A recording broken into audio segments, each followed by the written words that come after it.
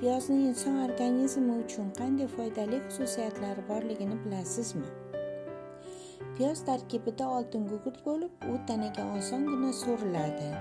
Piyozda turli bakteriyalar va infeksiyalarni yo'qotuvchi xususiyat juda kuchli va miya erta qarishini oldini oladi.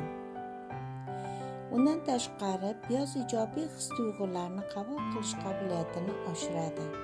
Shuningdek, xotirani tiklashga yordam beradi.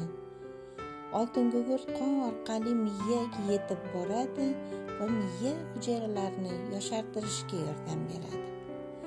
Asal bilan piyoz esa aralashmasi juda ham foydali komponentdir.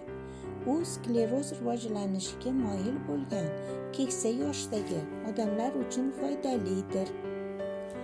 Piyoz saraton rivojlanishini sekinlashtiradi, qalqonsimon bez, yurak qon tomir tizimi, jigar faoliyatini yaxshilaydi.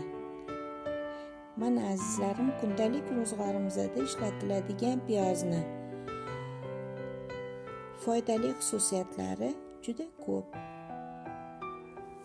Salomat bo'linglar.